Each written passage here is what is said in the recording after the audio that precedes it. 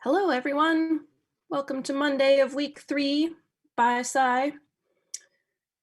The power of choice is our topic for today. So just take a moment to settle in, stow any excess electronics, find your notes page for today, and we're going to dive right in. The first thing I'd like to say is I have just an announcement. If any of you are interested in the sustainability minor, this class does count toward the sustainability minor. And so if you are interested in finding out more about that, that minor is available to anyone, everyone at Penn State. If you're interested in finding out more about it, just drop me a message through Canvas or email or text.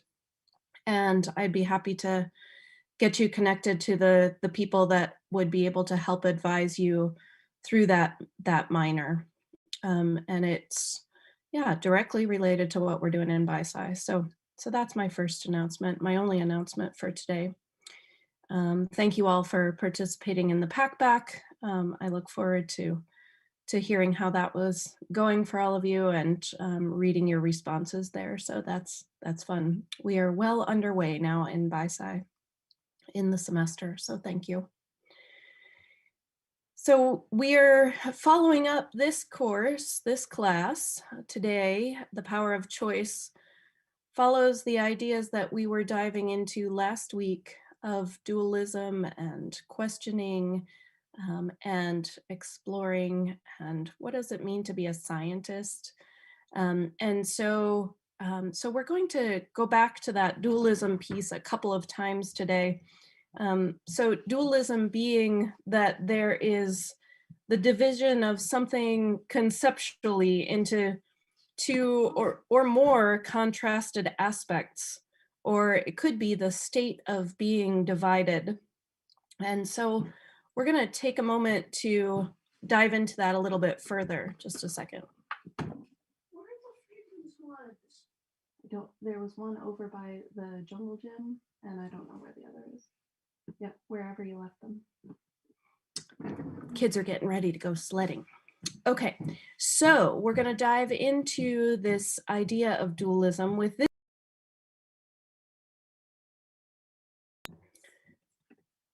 What is half of 8? So it seems pretty simple at the outset. What is half of 8? Obviously, that's going to be 4, right? So if you're thinking in the dualistic way of looking at things, half of 8 is obviously 4. But what happens if we look at it in a different way by opening our way of seeing? So what is half of 8? How could that be? How could 0? Oh, if you divide 8 like this, then it's definitely going to be that 0 is one of those circles on the top or the bottom of the 8. And so then all of a sudden the mind can go to other places. What is half of 8? What happens if we divide it this way? We can get 3, or we can get this funky E. That's pretty great. And what happens if we divide it that way? In which case we get a W or an M. And this just can go on and on. And so, not to belabor the point, but could half of 8 be 6? Well, the Roman numeral 8 looks like this, and so we can, of course, divide it down the middle to be that and that. That's a whole different way of thinking. But then if you just have heard the question, what is half of 8? That means it's leftovers. And so by opening up our ways of thinking and paying some really direct awareness to our own built-in biases, it can reduce the impact of how those biases are on how we see the world. This allows us to have choice to acknowledge and manage or deny and ignore our inner biases. So as I said last week, that rising above, transcending dualism means that we have the potential to become inherently powerful creative and free, which takes us to what Byron Katie said. The only thing worth learning is how to unlearn. The way to do this is to question everything that you think you know. So this is a big theme of leading us to personal freedom and connection. And some of you may be wondering, what in the heck is this happening? Why is this happening in an environmental science course? But the idea that we all have biases around the natural world or around what we see in other people, the way that we work together for environmental policy or any policy, it can really help if we open up and understand our own biases, unlearning these dualistic ways of being. And so today, this idea of the power of choice, um, this is pretty huge in that. So that our choices affect the environment every day. That big thing that we call environment, Earth, this is huge. Our choices affect everything because we've only got this one planet. And so in order to make choices that are better for the planet than others, we need to be able to open our way of thinking. And so every day we face thousands of decisions, major ones and minor ones. What to eat, whether to eat that really decadent chocolate cupcake, or whether to go for a salad. Or it could be when to pursue a new romantic relationship or get out of one, or when to change careers if we're not, what do we want to get out of our work?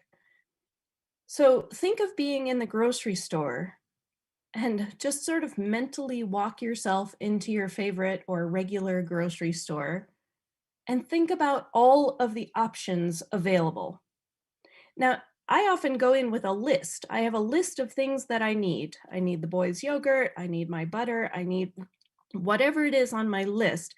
So I go in with that, with the things I need, and then I'm presented with thousands of other choices of things to purchase, that things I could be putting in my cart. The things that I want, the sweet potato French fries that I love, or that chocolate bar that absolutely makes me happy. And so we have all those choices, and our brains complete the action of planning and comparing. And how are all those items, those choices competing and ultimately leading to what you take to the checkout counter? And so in our brains, how does that functioning happen? How does the brain decide? A new study suggests that the brain relies on two separate regions of two separate networks, we'll say, in order to make this happen. Both of them are in the prefrontal cortex, so up here in the front. And there's one part that determines the overall value of the choice at hand, the decision to be made. So it's weighing the risk versus the reward of those individual choices. So there's the risk versus reward part. And then there's another part of the brain that guides how you ultimately behave after making that choice. So the whole idea of being a human being, for it actually being any kind of being on this planet, whether it's a tree or a box turtle or a wood frog or whatever it is, you're trying to prevent the bad and increase the good. You're trying to promote the good things and avoid all the bad stuff. And so we need to consider the effort required to get the desired result. So in the grocery store example, there are lots of things to weigh. How much money are you willing to spend? How much time are you going to spend in the grocery store? How many calories do you need or want to consume? How much time are you going to put into fixing the food that you choose? Because I can buy sweet potatoes and then I can make sweet potato fries. Takes a little longer. Or I can buy the frozen Ore-Ida sweet potato fries and it's a snap. I throw them in the oven and then I get to eat them 19 minutes later. So thinking about all of these different ways of making the choices, what do we ultimately put in our grocery cart? And this example just can tie over into all different other areas of our lives, except that it's not that simple. Our brains are not trustworthy by themselves. Sounds pretty funny to say, but if I were to rely just on my brain for these decisions, it's going to be that I'm going to either use too little information, or I get overwhelmed by how much information is available, or maybe my expectations are already set and none of the options meet my criteria. And so what happens in those moments where like the brain doesn't seem to be able, I've been in this situation very recently that my brain couldn't sort it out. There was just too much to take in. So consider one of those big life choices, a relationship, an investment, whether it's an investment of money or investment of time, investment of your energy. Maybe you're thinking of joining a thon committee. That's a big investment of energy. And so, how is it that you're going to navigate that choice? It could be how to choose a job, it could be where are you going to live? And so, if I were to take one of those choices and make a list of pros and cons, using just my brain. So, the pro to being on that thon committee is that I get to hang out with cool people, like minded people, doing good things in the world, making a difference. Those are all good things.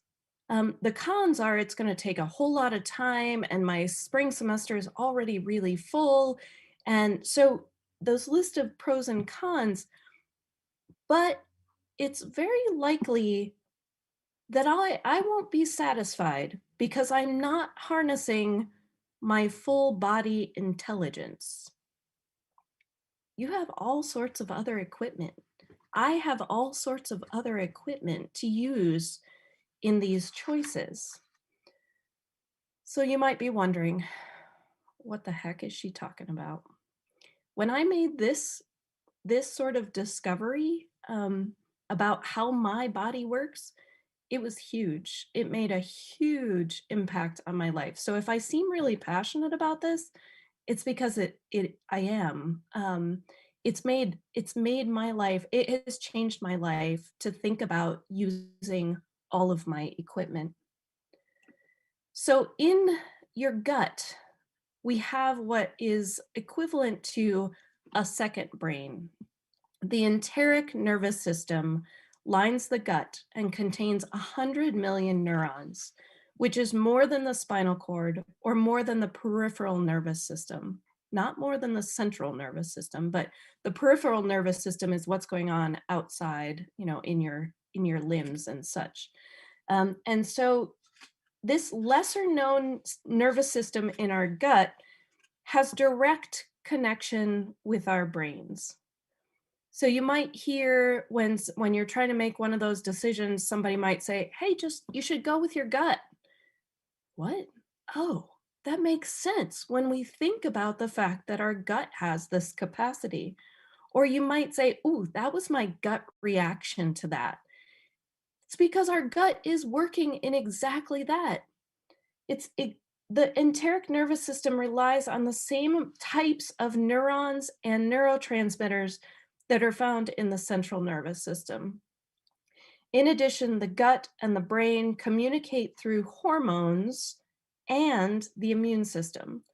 So there's all of this power and potential. Hormones, neurons, neurotransmitters, the immune system is all connected between our guts and our brains.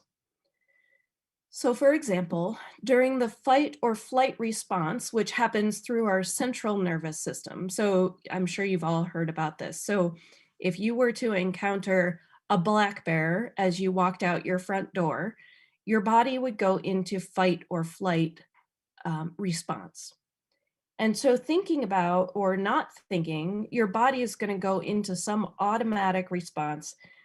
But what happens when that gets triggered is that your enteric nervous system responds by slowing down or stopping digestion so that your body's energy can be diverted to the situation that's causing the threat. So automatically, blood flow changes, your digestion changes, and that's all based on the enteric nervous system. On the flip side, a joy response, to walk out your front door and see your best friend that you haven't seen in 6 months, like, oh my gosh, that would be so great. Your body responds and affects our whole bodies because of those connections of these nervous systems. And this is what those connections look like. It's the vagus nerve. So, vagus is a word from Latin, it means wandering.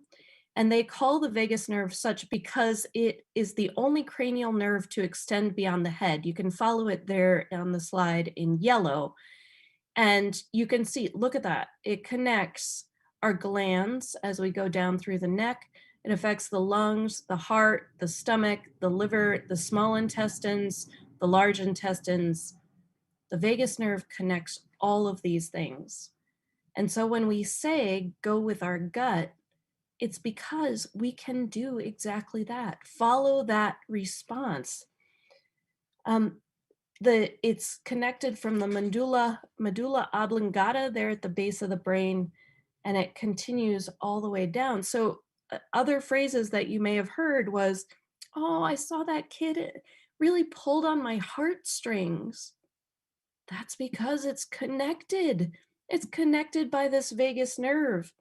Or you might hear people say, oh, you should, if you can open your heart to this situation. And that's because we can. The vagus nerve is connected to our brains in this way. And we have the power to unlock this amazing tool. We can kick our vagus nerve into action and connect all of our equipment anytime we want to. So let's try it. So get yourself into a comfortable position. Whether you're sitting up, you can also lay on your floor as long as you don't fall asleep.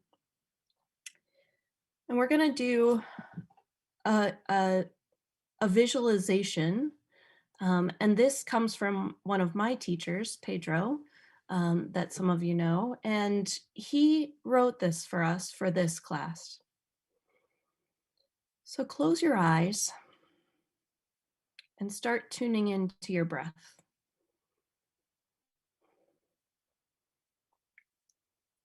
There's no need to change your breath in any way. Just pay attention to it.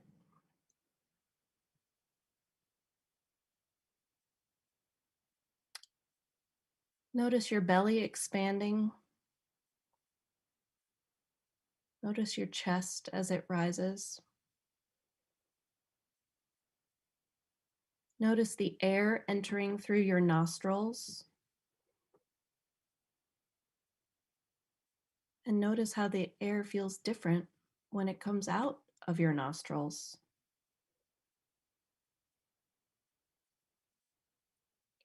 In this moment, notice the wholeness of this process within you.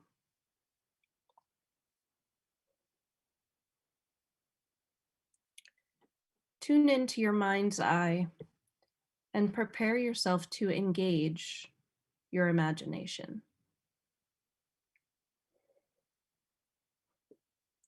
Remember a time in the recent past that has created stress for you.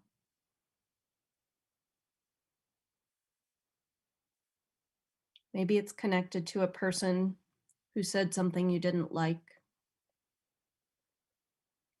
Maybe somebody disrespected something that you thought to be true. Maybe someone should have been more aware of something that's important to you.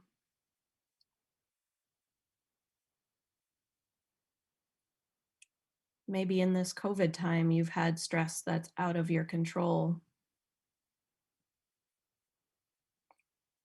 Maybe you're anxious about the social situations in our country. So let that memory become alive to you in your mind's eye and slowly shift your awareness to your body. How does that stress feel in your chest? How does it feel in your throat? How does it feel in your heart? How does it feel in your gut?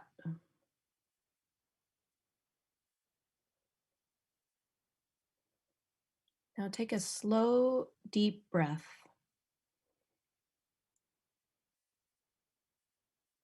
And then slowly let it out.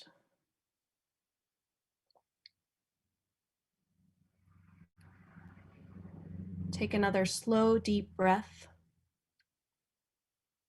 And with the release of that breath, release the memory as well. Just let it go.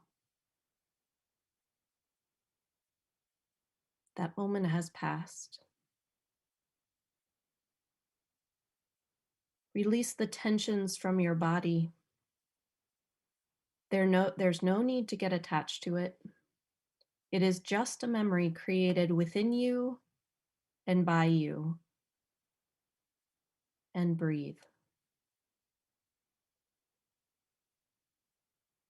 Continue to tune into your breath again, your belly, chest, your nose, and then the wholeness of the process. And now bring to your mind's eye a memory of something that happened recently that really brightened your day. Maybe you saw a cute dog on the street. Maybe you got to catch up with a friend that you haven't in a long time. Maybe you got to talk to somebody that you love on the phone. Maybe you were able to hug someone after months of not touching.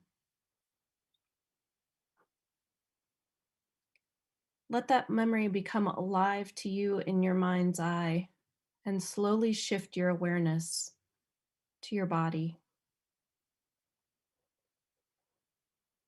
Now, how does that feel in your chest? How does it feel in your throat? How does it feel in your heart and in your gut?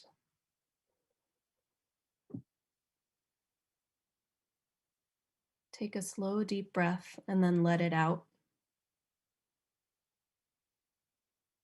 And then do it again. And with the release of that breath,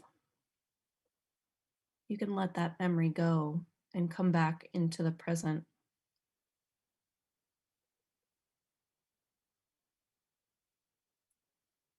That's a glimpse of your unlimited inner power, your inner alchemy, all working together. You've just experienced your ability to release and use different equipment that's all within you. Taking time for attention on the breath, we started our first class that way. It stimulates the vagus nerve when you pay attention to the breath. Other ways that you can stimulate your vagus nerve to help bring all of you into balance. You can hum or sing. You can wash your face with cold water. Just smiling, even if it's like a fake smile, just look at yourself in the mirror and smile and think, okay, we're going to get through this. Or hugging. All of these calm the stresses of our lives via the vagus nerve.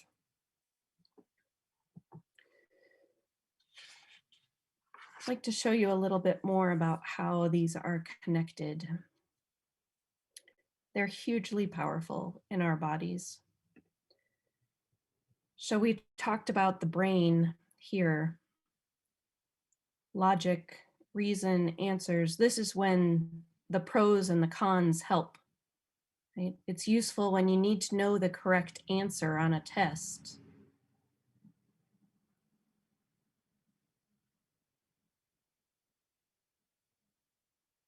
The other parts, you feel. Feeling, love, that's your native self, something that's happening inside of you. It's useful when you want to express yourself or pursue the unknown, feeling your way into things. And the third part is your intuition. You intuit. It's your instinct. It's following your gut. It's using your past experience. It's the nervous system response. It's useful when you need to make a choice or solve a problem and you don't have the complete information. But all of these are tied together.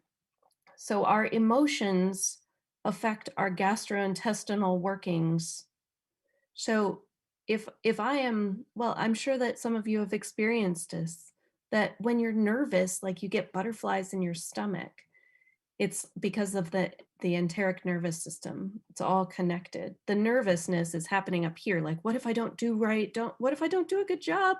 What if I don't, blah, blah, blah, blah. And it affects our guts. We get those butterflies in our stomach. The flip side of that is that if our stomachs are upset, if our bacteria count is off, if I eat something or drink something that really has my gut all tied in knots, if I eat that bag of sweet potato French fries, then my brain is going to be foggy. It's going to be cloudy. It's not going to be at top-notch performance because the things are connected. Mental health affects and is affected by our gut wellness. Stanford neurobiologist, his name's Robert Sapolsky, he says that chronic stress does lousy things to people's brains. We make ridiculous, stupid decisions during times of stress. Our judgment, our impulse control, and our emotional regulation go out of whack during times of stress because of the effect of the stress on the frontal cortex.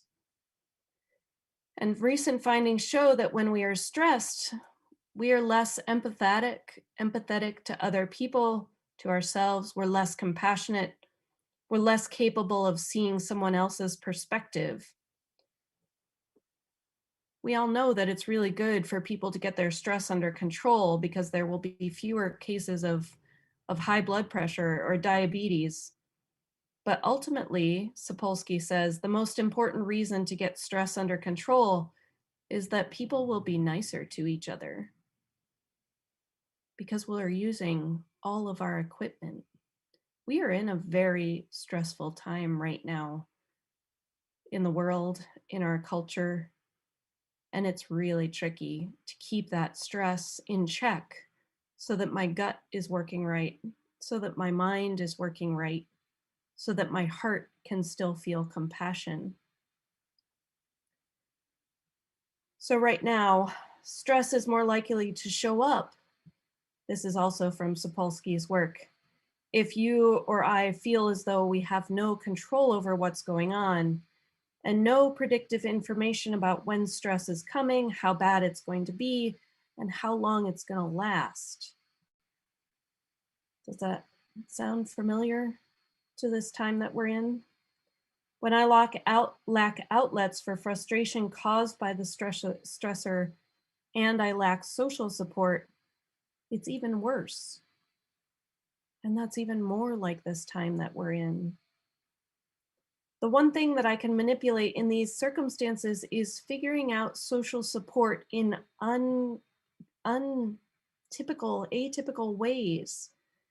It happens to be the most important one for making those connections.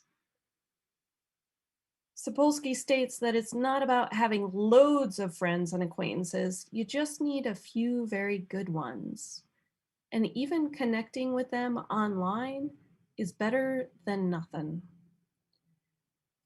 Another big takeaway here is that how we handle stress now affects how we react in the future.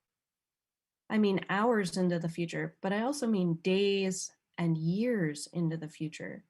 So being able to understand what our stressors are and how to tap into all of our equipment now is going to be useful for a long, long time.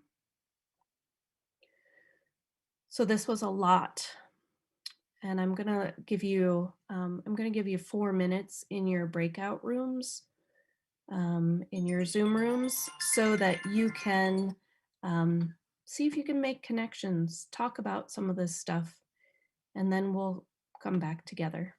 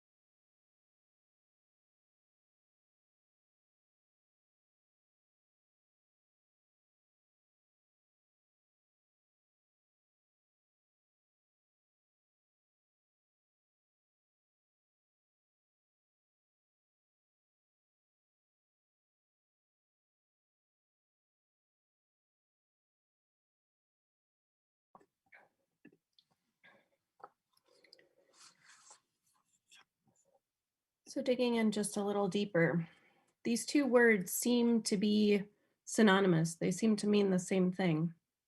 Decide and choose. They're used often interchangeably. Let's look at them a little bit more closely. Um, the word decide, D, the beginning of that word means off, and side means to cut. And so to cut off is essentially you're cutting off different options. So it's related to the word insecticide, essentially to cut off insects, herbicide to cut off plants, homicide to cut off human life. To decide is to use that analytical brain, that mind to consider and think and come to a decision.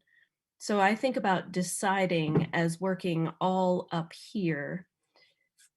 Choose, choose for me means that it's a want, it's a preference, it's a desire. A choice is grounded in the feeling that's often based deeper in interest and passion, gut and heart and inner wisdom. I believe that because the word choose, the root word comes from to taste or to relish. The word shares its ancestry with the word gusto, to act with vigor and zest. And so for me to choose takes all of my equipment. Often deciding is when we opt for the known, the easy, we're going along with the flow, and likely this might be the underwhelming option or the thing that you should do. But if we choose, we're often saying yes, maybe even in spite of a fear or an uncertainty or a resistance. I choose to join the army. I choose to stop practicing the religion in which I was raised. I choose to end or start a new relationship. I choose to leave college for something that I feel like will be a better option. Um, this is where my big aha moment came with this class, using myself, letting myself use the other equipment and not even just letting myself, but encouraging myself to do that. I was very practical and responsible as far as deciding. I am an extremely good list maker with my pros and my cons. And yet I did a really good job of ignoring my gut feelings or maybe what my heart was saying. And so you might take a moment and think of something hard that you've chosen or might yet choose. What what was the outcome of that choice? Something that you dove into with the uncertainty. If you feel so inclined, drop a note in your chat.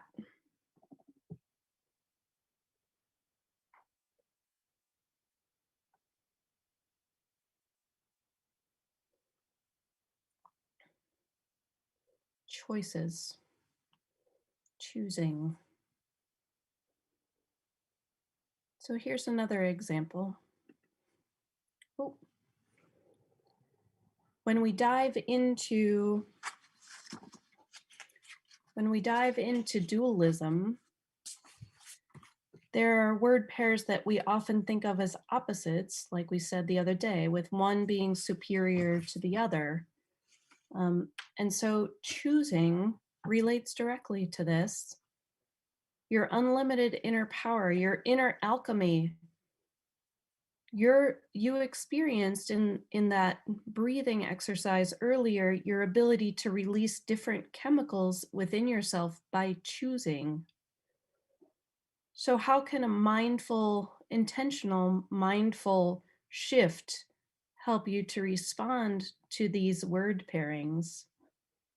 Could it be possible to choose what kinds of inner processes happen as we slow down and really take in these words? By digging in and using all of our equipment, we might be able to see differently and shift our story and our beliefs, thereby changing, we can make the choice to change dualism, moving from either or to both and, even sometimes when it's hard or it's uncertain. It's a choice. So here's another example. Do you blank that this class will be a good way to spend your time? Do you think that this class will be a good way to spend your time? Do you hope this class will be a good way to spend your time? Or do you choose that this class will be a good way to spend your time? Can you feel the difference? Something in my body tells me the difference. Thinking is all in my head.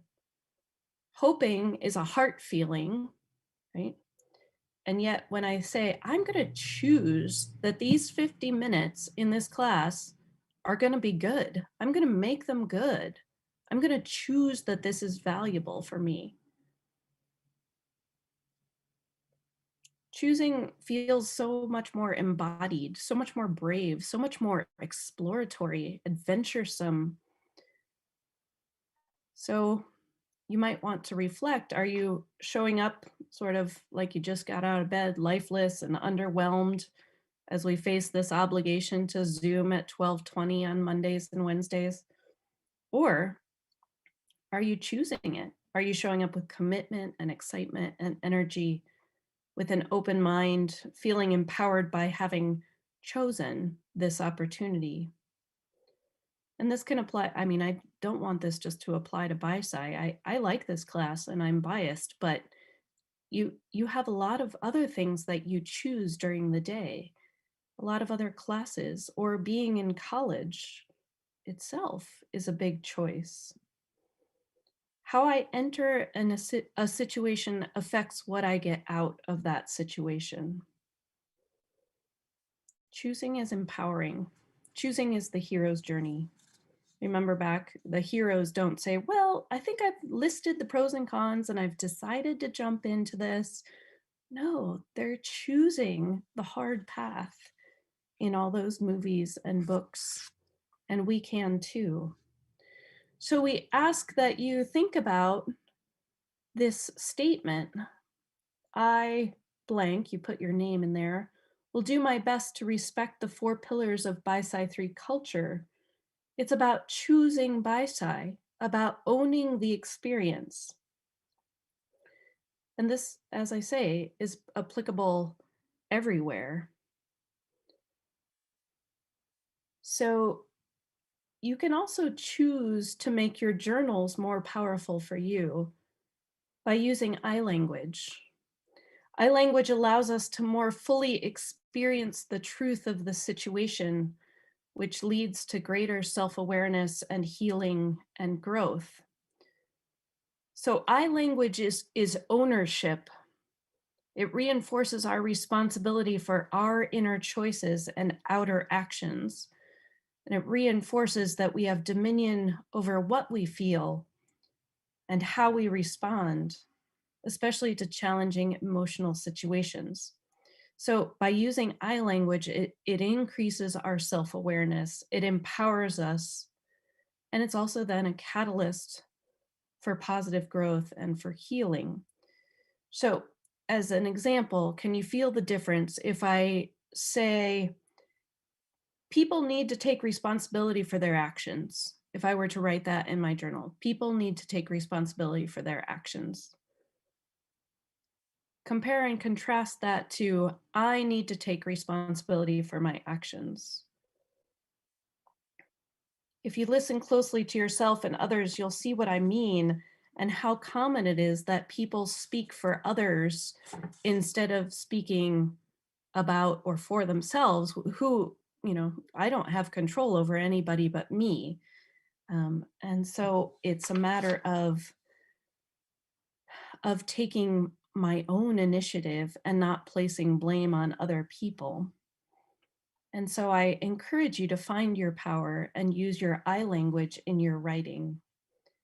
By choosing, I am and you are creating your future. You're defining your reality. You're determining your destiny. Choice is the operating system of our lives.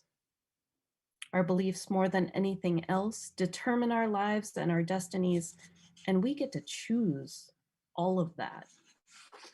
I'd like you to take in this quote related to that. Destiny is not a matter of chance, it's a matter of choice. It's not a thing to be waited for.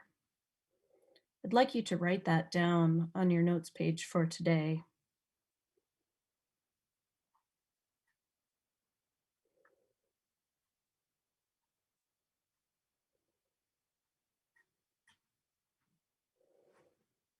And then I'd like to take 3 minutes in your Zoom rooms to talk about this.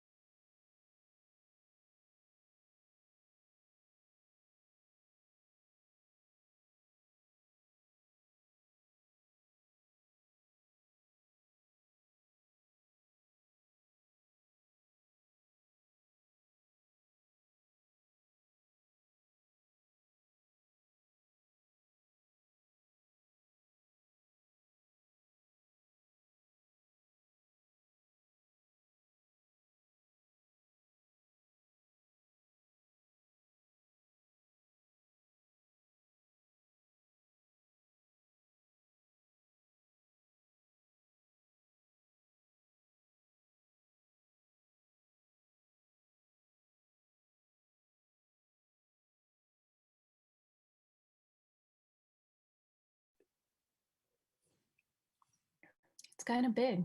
There's something to really be considered here. And by having it written down, you can refer back to it for your pack back question that I'll give you in just a moment.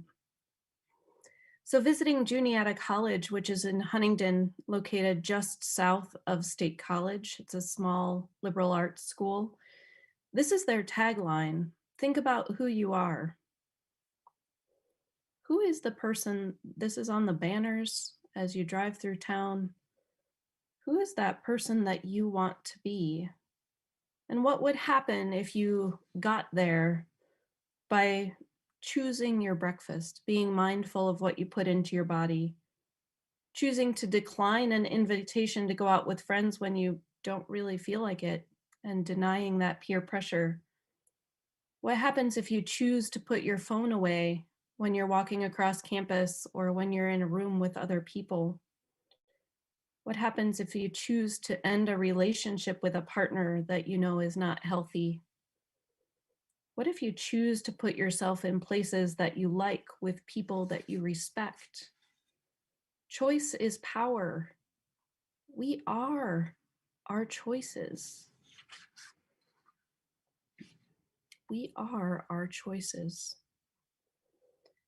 And so, considering all of that, your pack back question for this week, it will be due on Sunday at 11:59 p.m. um, is this: are you in control of your life, or is life happening to you? So take that in and consider that. You may want to wait until or start jotting some notes down someplace. Um, but then wait until after Wednesday's class too. And maybe wait until after your lab and see what more you can discover and dive into as you carry this question around with you. Thanks for being here today, and I hope that you have a beautiful snowy day wherever you are.